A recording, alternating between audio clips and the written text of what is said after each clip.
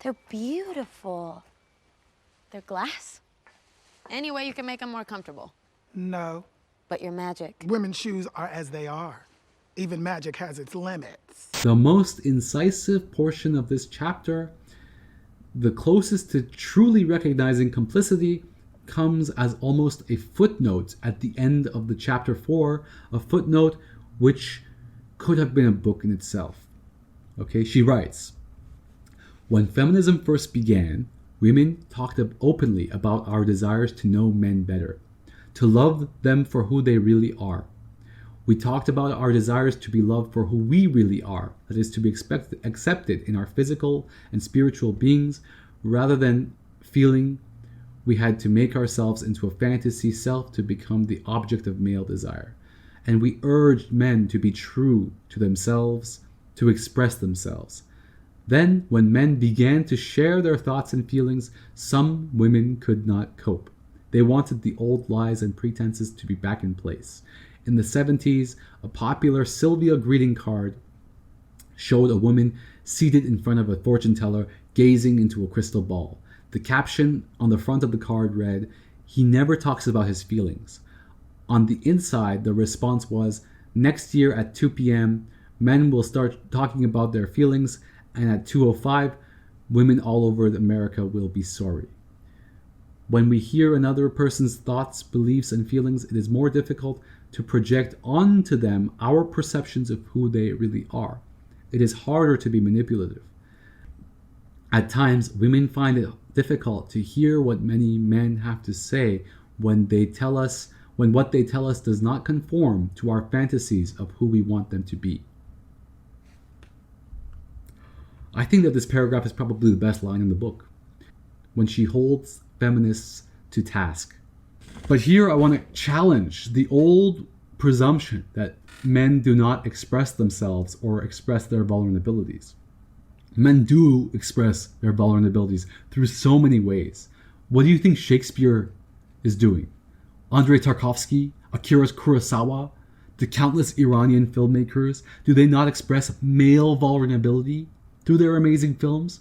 Thousands of pieces of poetry. One of the best art pieces I've seen was from my friend's brother, a naked self-portrait.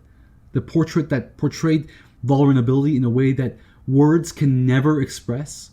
Have you ever seen Vincent van Gogh self-portrait and not been struck with the sheer vulnerability of existence? What about Sartre's autobiography where he talks about male vulnerability? What about Camus' L'Étranger, the stranger? What about the work of Dostoevsky?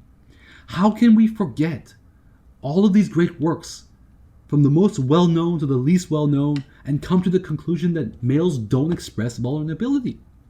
So the real question here is not why don't males express vulnerability. It is more that despite the countless myriad examples of male vulnerability, why do we not pay attention to that which is obviously right in front of us?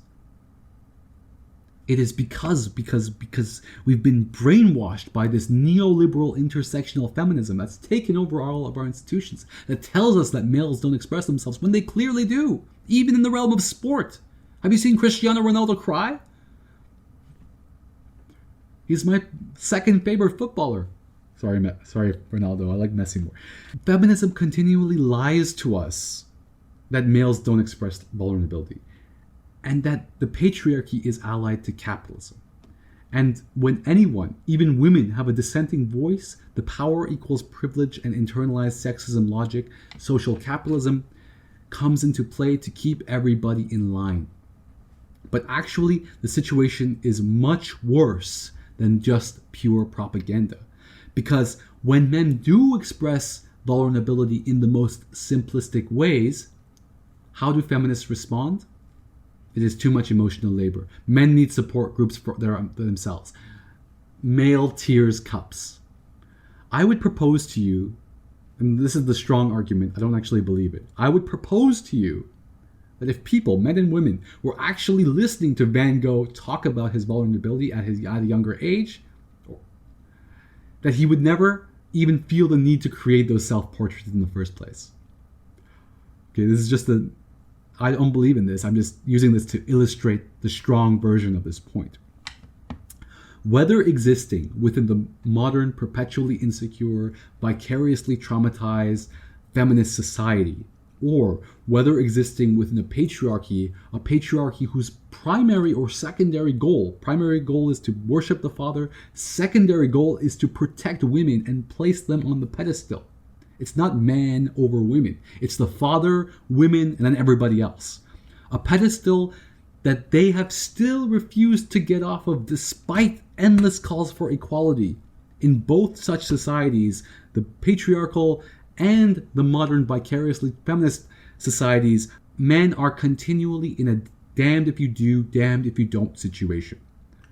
Okay, I guess this is the reason why men have to express their vulnerability through the countless ways we find in art and music. It's exactly because when they do it simply, they are shunned and shamed, even by the people who profess that men should do otherwise. I mean, I'm thinking of that song, Mr. Brightside. We all make fun of that song, even though, because the closer you get from ambiguous vulnerability, like Van Gogh's painting, to a more specific vulnerability that includes women, like that song Mr. Brightside, the more likely it is we're able to make fun of them. And one last point on the topic.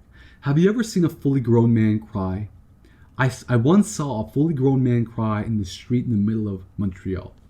When you see that, it makes something go off inside of you. You know that his mother died or something insane happened. It strikes at the very heart and soul. Okay, and this is something that feminists refuse to admit.